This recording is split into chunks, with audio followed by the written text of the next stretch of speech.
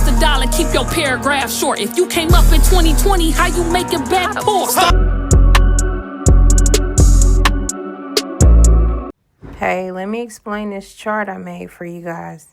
For extra payments, a lot of clients are not realizing if they want to make chunk payments, they should do it strategically.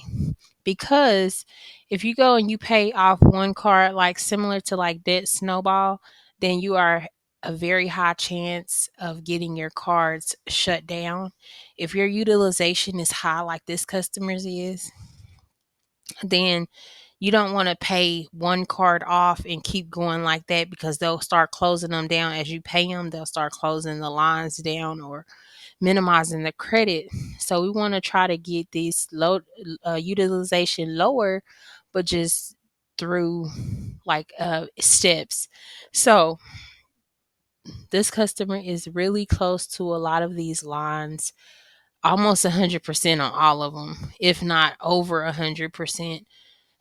So let's see how she can do this every time she gets paid. So right now, these are just her revolving debts. So we're gonna put so much money toward this every month, and we're gonna go that way. You can do velocity banking with this, but just for simplicity's sake, we're gonna just apply $1,000 a month toward her revolving debt. See if we can get the utilization low enough where she's not at really a really high risk of getting all these cards shut down. Now she revolves this 100% utilization pretty much every month.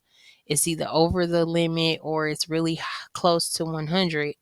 So let's take a look at some of these cards. Like this Capital One card, credit limit's $1,250. She has a balance on it of $1,247.01. This PSECU credit card, 1,800. She has a balance of $1,845.81. Penn Fed, $2,200. She has a balance of $2,194.87. Navy Fed, $2,285.27. She has a balance of $2,285.27. Not really too sure how she got that, but she has a few Navy Fed cards. So here's a 2,500. She's at 2,464. So anyway, she's really, really close to these limits. So let's take this Capital One, for example. Her credit limit is $1,250. She has a balance of $1,247. That means she's using 99.76% of her credit limit. To get to the 90% bracket, she needs to pay $122.01. That'll put her at the 90%. Now, these balances are updated after her statement closes, so she knows what to pay to get here. This does not calculate the interest that she's going to pay, but it's just going to get her close where she can kind of calculate these and it'll do the calculation for her. So if she wants to go 90%, and that would be my suggestion, like let's try to work this category and then we'll move on to another category and then the next category. And we can just work it from there. So if she has, just say, $1,000 extra income every month she wants to put on her credit cards, all she has to do is come in here, update this every time her statement closes on one of the credit cards, and then she can go in whenever she gets paid or get that extra money. She can come here and she can just highlight until she gets to the amount she wants. If you notice, as I highlight the figures in this column, it's at the bottom right hand side, it says sum 791.22. So we're trying to get too close to $1,000 without going over 1,000, and that's $1,005.22. So we can pay these amounts on all these cards, and then that last one we'll just not pay the $5.22.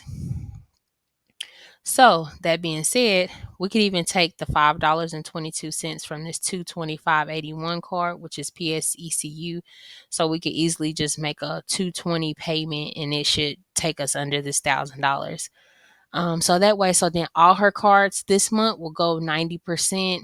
The interest will hit them next month. They'll go a little bit above.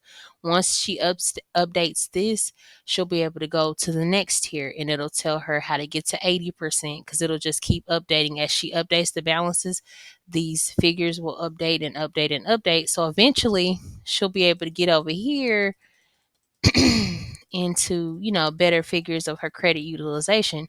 Because once she gets under 10%, which 9% or 0 to 9%, it's great. It's in the green. So she can, easily pay whatever she wants to pay over here. Like she can pay them off one at a time or whatever, because everything will be in the green. Her credit score will be up and everything. But she's starting over here, so she has to work her way here. Now, I would not suggest going in, for instance, and paying off the Capital One card.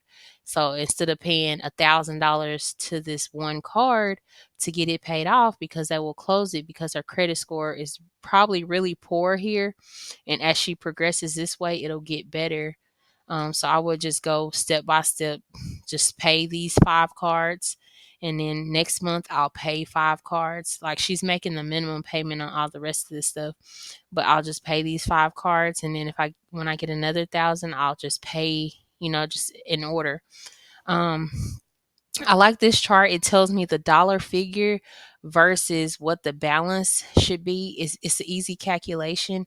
You can use either one, and I do have either one available in my store. So look for the link in the bio or in the description. I have a pinned comment for you to get the link to purchase these spreadsheets if you want to use them. They're very simple, and I'll send them inside Google Sheets. So if you mess up something, you can easily just re-download it, and it won't mess up any of the formulas. Okay, have a good day, you guys. Thanks for watching.